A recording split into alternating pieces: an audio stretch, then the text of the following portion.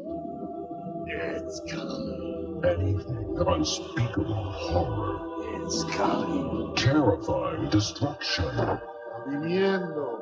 A howling good time with the monsters of professional wrestling. It's coming. Halloween Havoc 90. Terror rules the ring. A pay-per-view event bordering on the edge of insanity. October 27th, 1990, Chicago, Illinois, the UIC Pavilion.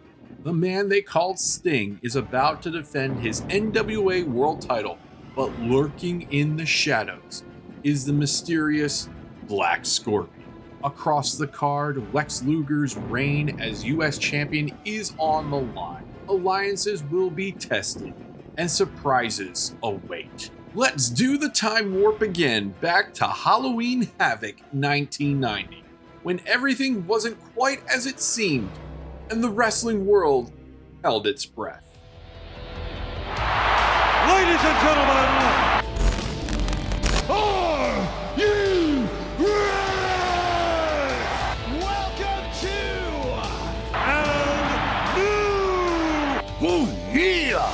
It's going to be the biggest battleground in the history of our sport. Let's go, let's bear witness. He is broken in half. But I'm better than you, And you know it. You want some? Come get some. acknowledge me. The irresistible force meeting the immovable object.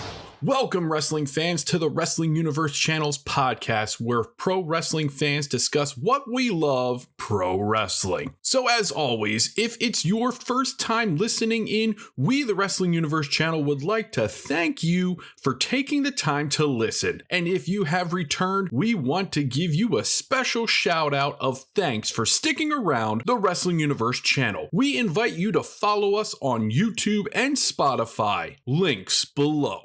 Whoa, Sting and Sid Vicious battled for the heavyweight title in Halloween Havoc 90. And this year, it's going to be bigger and better than ever. Prepare for Sting, Sid Vicious, Lex Luger, and more. Ooh, I got a charge out of that. How about you, Sid Vicious? Sting, Halloween Havoc's going to be one nightmare you'll never forget. And neither will you. Halloween Havoc 90.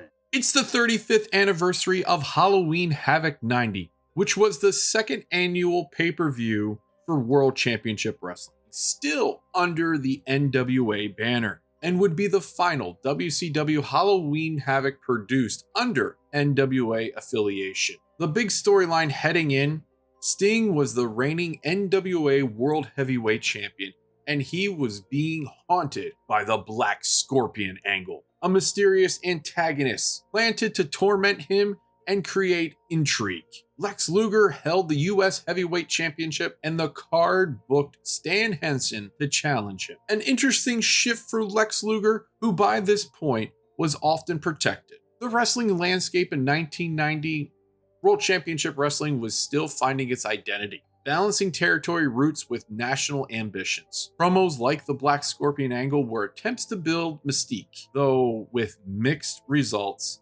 During this time behind the curtain, the Black Scorpion angle itself had origins in creative uncertainty. As some retrospect accounts suggest, World Championship Wrestling had not locked in who would play the Scorpion and were improvising parts of the storyline on the fly. Some sources, fans, and blogs criticized the overbooking and silliness in the main event structure, complaints that it became confusing with switched identities and magical illusions.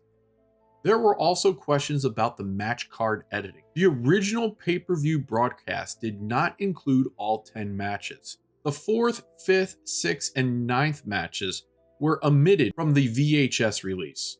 According to reports, right after Halloween Havoc, World Championship Wrestling ran a show in Greensboro that drew just 800 paid in attendance. A notorious low point suggests that the momentum from the pay-per-view hadn't translated to local shows. One of the big rumors was Robert Gibson's injury or availability issues may have forced adjustments to the tag team match durations or card sequencing. Some reviewers speculate this contributed to cuts or pace of shifts.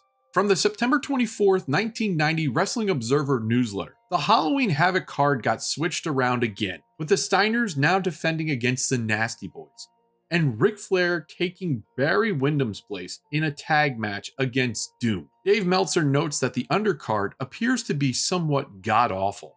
Basically, the direction appears to be phasing out contracted talent and replacing them with cheaper talent. The idea is that you cool off the guys with big contracts so much it becomes self-fulfilling prophecy, and you can cut them loose at the end of the year without fear of them going to the World Wrestling Federation and getting hot again. The event was held at the UIC Pavilion in Chicago, Illinois. Reported attendance was about 8,000 people. The event earned a 1.3 buy rate, translating to approximately 204,915 buys, based on home pay-per-view system counts. While not blockbuster numbers, those buys were respectable for the era and smaller promotions. However, in retrospect, many critics judged that World Championship Wrestling's investment in spectacle, magic, hidden identity angles may have not returned promotionally. Let's head into the actual rundown of the match card for Halloween Havoc 1990. In pre-show dark matches that were not televised, Tim Horner defeated Barry Horowitz in 8 minutes and 33 seconds. Reno Riggs defeated Rip Rogers in 3 minutes and 57 seconds. The first match of the actual pay-per-view was Tommy Rich and Ricky Morton taking on the Midnight Express, Beautiful Bobby Eaton, and Stan Lane.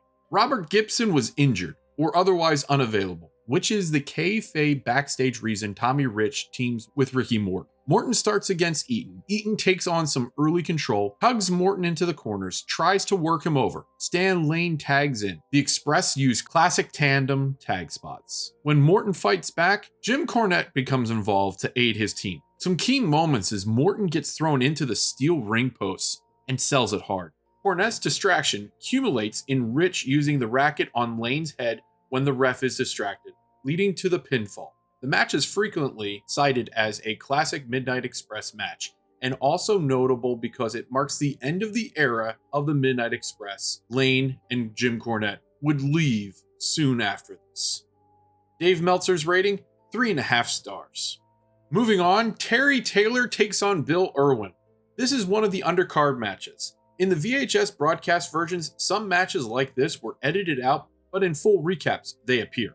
As for the match, a more straightforward technical matchup. Terry Taylor uses his agility and technical repertoire. Irwin uses his size occasionally, some brawling, but is often on the defense. The finish involves Terry Taylor capitalizing on a mistake by Bill Irwin in the corner or outside interference distraction, depending on your source, closing with a pinfall. Dave Meltzer gives this 2 3/4 stars. Brad Armstrong taking on J.W. Storm is the next match, and this match is actually a shorter match. Brad Armstrong works fast, uses speed. Storm tries to counter with holds and power moves, but often struggles when Armstrong gets momentum. Brad Armstrong hits his signature maneuver and gets the 3 count. Dave Meltzer gives this 1 1/4 star. Our next match is the Master Blasters, consisting of Blade and Steel taking on the Southern Boys, Steve Armstrong and Tracy Smothers. The Master Blasters are the power team, the Southern Boys trying to use double team maneuvers, speed, tag team psychology to avoid the Blasters' brute strength. Some momentum shifts. Southern Boys get hot tags and as well near falls, but the Blasters recover using power spots for the finish. Dave Meltzer gives this rating 1 star. We move on to our first of 4 title matches on the card. This one is for the US Tag Team titles as the Nasty Boys take on the Steiner Brothers. This is widely regarded as one of the most memorable matches from the card. The match opened with immediate chaos. The Steiners and Nasty Boys launched into a brawl even before the bell, exchanging strikes on the floor. Scott Steiner was sent into the guardrail early, and Jerry Saggs struck Scott with a chair as the ref dealt with the scramble. The ref tried but failed to bring order, and the two sides exchanged heavy right hands. Knobs and Rick traded blows while Saggs worked Scott's back and arms with elbows and forearms. Scott reversed a telegraph backdrop from Saggs, sending him into the turnbuckle, then leapt up and hit a middle rope belly-to-belly suplex, which drew a hot reaction. Rick climbed top and struck Saggs with a flying bulldog off the top, a newer move in the Steiner repertoire at that time. Sags and Knobs gained control via repeated low blows, targeted attacks on Scott's back, and isolating him. A chair shot occurred when the ref was distracted and knocked him down. Brian Knobs hit a power slam and held Scott's shoulder down for a near fall. Scott Steiner sold his back and rib damage during the match, momentarily looking in trouble. Jerry Sags applied a bear hug and later an abdominal stretch, wrenching on Scott's lower back. The partners exchanged tags behind the ref's back, spots of confusion, interference, and frequent tag cutting. Scott teased a hot tag several times, but continually got cut off. Brian Knobs delivered a spike piledriver on Scott Steiner in one high-impact moment. Knobs knocked in a camel clutch on behalf of Sags, pulling the back and using leverage to press Scott's posture. The final hot tag arrived. Rick Steiner is tagged in, delivers 2 Steiner line clotheslines, then leaps with a Steiner line to Brian Knobs. Scott Steiner recovers and returns with a Frankensteiner to Brian Knobs, then hooks the leg for the pin and victory.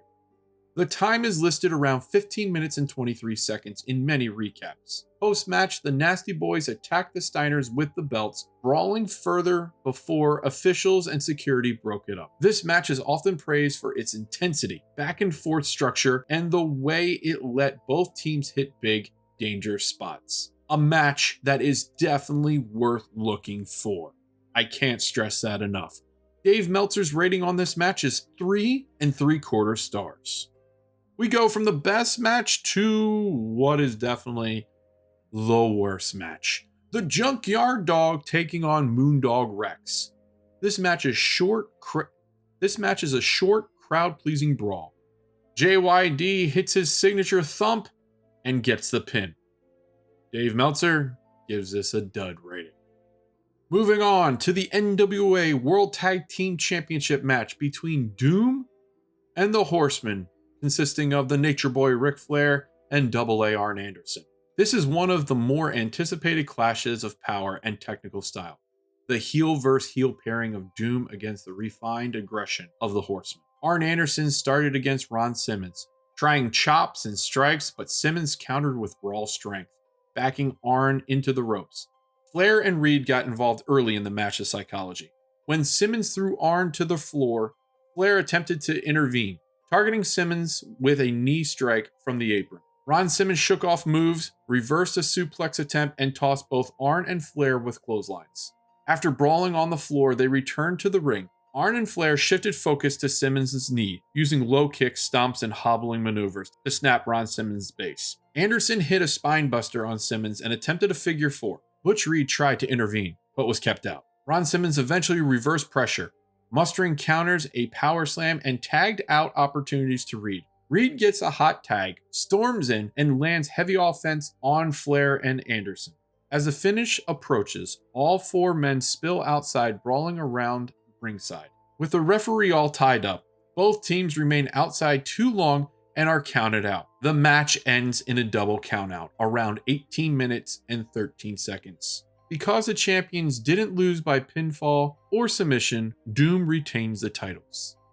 This match is praised in retrospectives for solid ring psychology, heated exchanges, and high drama, though many express frustrations at the indecisive finish. Dave Meltzer gives this a 3 3/4 star rating. It's the NWA United States Heavyweight Championship match, as Lex Luger defends against Stan Hansen. This match featured a clash of power styles. Lex Luger's mix of athleticism and brute force against Stan Hansen's rugged brawling style. Luger opened the match with a back elbow. Hansen quickly bailed to the floor to regroup. Hansen came back aggressively, mauling Luger with headbutts, corner strikes, and torturing holds. Luger responded with a slam, then a knee drop, trying to slow Hansen's momentum. Stan Hansen hit a snap suplex and elbow drop for a 2 count. He followed with a knee drop. Again, the referee's hand only hit twice against the mat. Luger mounted offense. He looked like he might regain control. At one moment, the referee was inadvertently knocked down. Taking advantage, Dan Spivey appeared off screen and tossed the cowbell toward Stan Hansen. Hansen tried to use it, but Luger blocked it and then drove Hansen's face into the bell. Luger attempted the torture rack, but Hansen powered out and countered.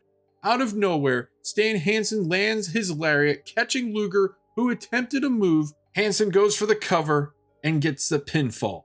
The shock is palatable. Lex Luger had been protected often in booking, but Stan Hansen's moment here changed the US title's landscape entirely. Dave Meltzer gave this match 2.5 stars. And now we reach the main event. Notably less for in-ring purity and more of its dramatic storytelling and controversial finish. It's for the NWA World Heavyweight Championship as the champion. The man they called Sting goes against the big man, Sid Vicious. The match begins with exchange taunts, feeling like a psychological laden showdown. Sid quickly jumps Sting from behind to gain an early control. Sid hits a backbreaker. Sting, showing resilience, sells but kicks out and tries to fight back. Sting attempts to control with an armbar. Sid counters and, of course, as always, taunts the crowd. The champion gets a sunset flip attempt for a 2 count.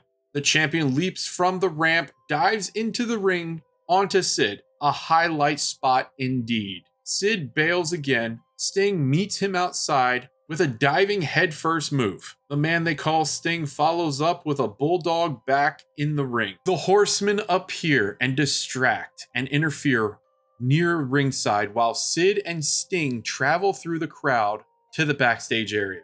When they get back in the ring, Sting attempts to slam, but Sid falls on top of him and the ref counts 1, 2, 3. The crowd erupts as balloons drop. Sid is announced as the new champion, but confusion reigns. The man pinned wasn't Sting. It was Barry Windham, disguised as Sting. Same attire and face paint. The real Sting emerges, knocks out Sid with the belt, hits the Stinger splash, and rolls Sid up for the real pinfall, retaining the title. The official finish time is commonly cited around 12 minutes and 37 seconds. In the post-match, Sting is interviewed by Jim Ross. The Black Scorpion storyline is teased, and the show ends with uncertainty. This match is remembered more for the drama, booking choice, and stunner of a finish than for wrestling purity. Many critics call the finish messy, but it's one of those moments that fans debate even today. Dave Meltzer gives this match the rating of 1.5 stars. Moving on, let's do the what if segment of this episode.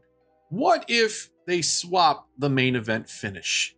Instead of the identity trickery, have Sid and Sting resolve it cleanly. Let Sting's victory be more dominant to protect the champion's aura. What if WCW pushed the Nasty Boys? In a world where tag wrestling was booming, why not let the Nasty Boys win the titles here, or at least come even closer?